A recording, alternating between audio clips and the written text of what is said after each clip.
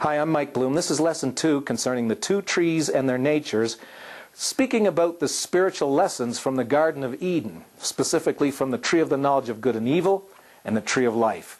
We began speaking from Daniel chapter 4, where Nebuchadnezzar related that God had given him a dream that he was like a tree whose top reached to heaven, that was cut down, upon which all flesh had been feeding, and showing that there's a spiritual message here connecting us with the tree of the knowledge of good and evil, where our fleshly carnality all derived from when we sinned in our first parents, Adam and Eve. In Matthew 23:12, Jesus said, "Whosoever shall exalt himself shall be abased, and he that shall humble himself shall be exalted." Humble yourself, be exalted. Nebuchadnezzar had exalted himself, had boasted of himself, of how great a Babylon he had built. And we found in Genesis 11 the same spirit was there in the same piece of geography way back in the time of the Tower of Babel after the flood of Noah had occurred. They desired to reach that tower up to heaven and make themselves a great name.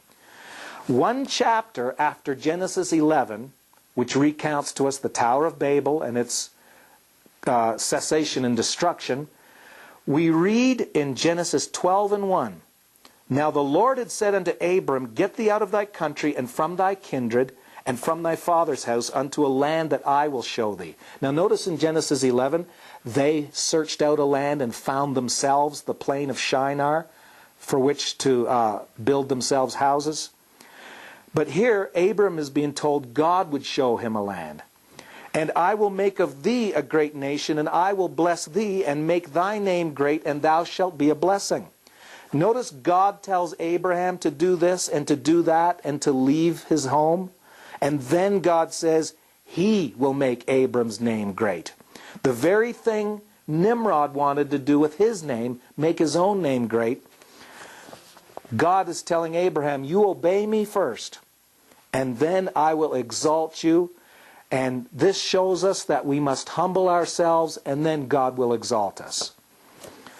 But mankind was abased instead. Generally speaking, mankind sinned, wanted to make his own name great, wanted to be like gods, as the serpent had tempted him to do, by eating the fruit of the knowledge of good and evil, a tree's fruit. And here we see Nebuchadnezzar being represented as a tree that's going to be cut down, from which all flesh had been feeding. Nebuchadnezzar's power was cut down. The Tower of Babel had ceased in operation of construction. And it reminds us in Isaiah 14:12, "How art thou fallen from heaven, O Lucifer, son of the morning? How art thou cut down to the ground?"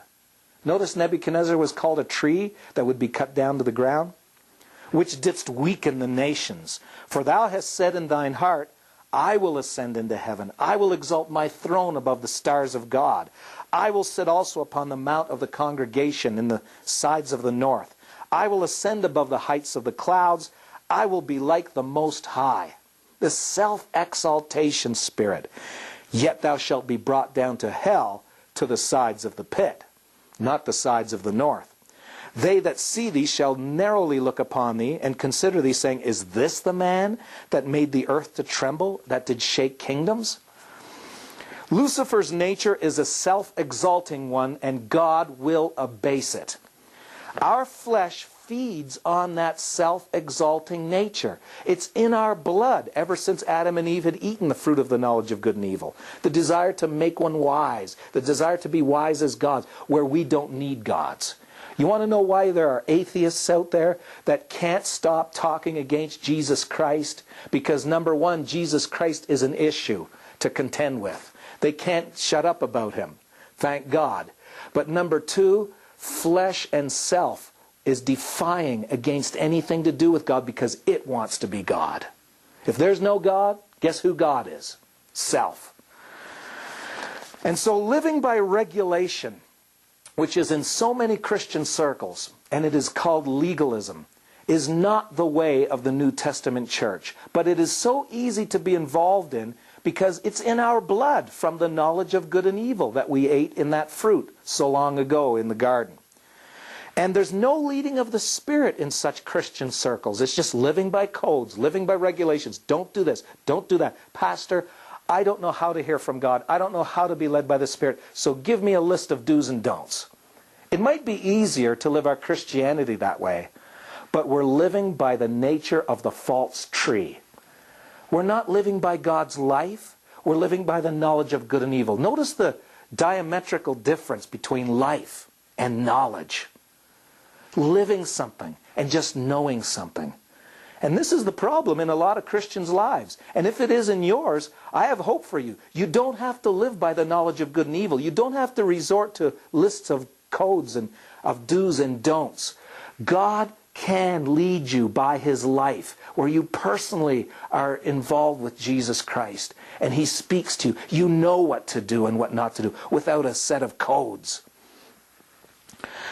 But walking after the flesh is exactly that. Living by codes, living by lists. When we read in Romans chapter 8 that if we don't walk after the flesh, then there's no condemnation. Well, walking after the flesh is what Paul described in Romans 7. Trying to do good, having a list of do's and don'ts, and not being able to do it.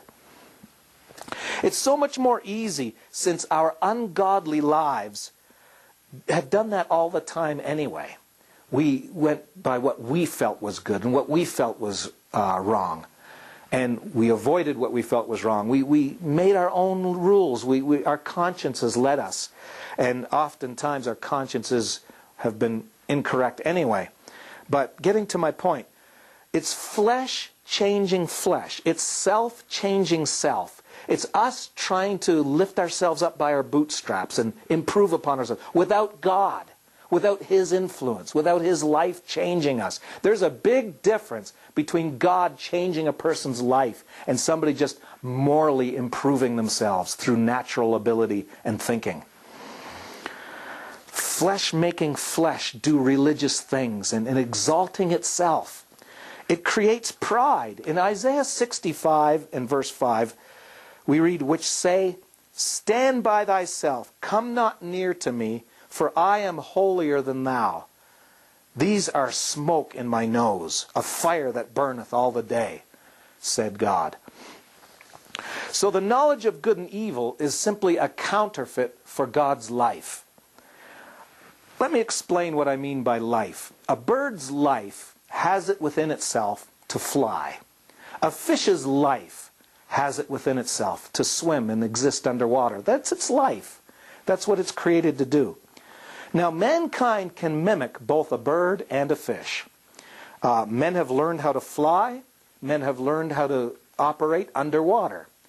Men use scuba equipment and planes, for example, and they can live underwater. They can fly through the air. But it's not in man's life to fly. It's not in man's life to live underwater. It's not natural to us, in other words, because it's not in our nature. And so natural is rooted in the word nature. It's associated with what is in nature. Now we can gain a knowledge of how to fly and then start flying in a counterfeit sort of way. And we can gain a knowledge to live underwater, but never naturally be able to do so. It's not in our nature. It's just a knowledge that we gained and acquired to accomplish such things that are similar. And this is the same with Christianity. People can gain a knowledge of how to act good and avoid evil, but it's not natural to them. That's not what Christianity was meant to be. It's not in their natures. They mimic Christianity's true life with making themselves actors of the lifestyle. But when their natures come to their surface, their true natures, they're wicked and very mean and hateful. Folks, the fruit of life puts the life of Christianity into us. We need to know what it is to live of the fruit of life. Let's continue.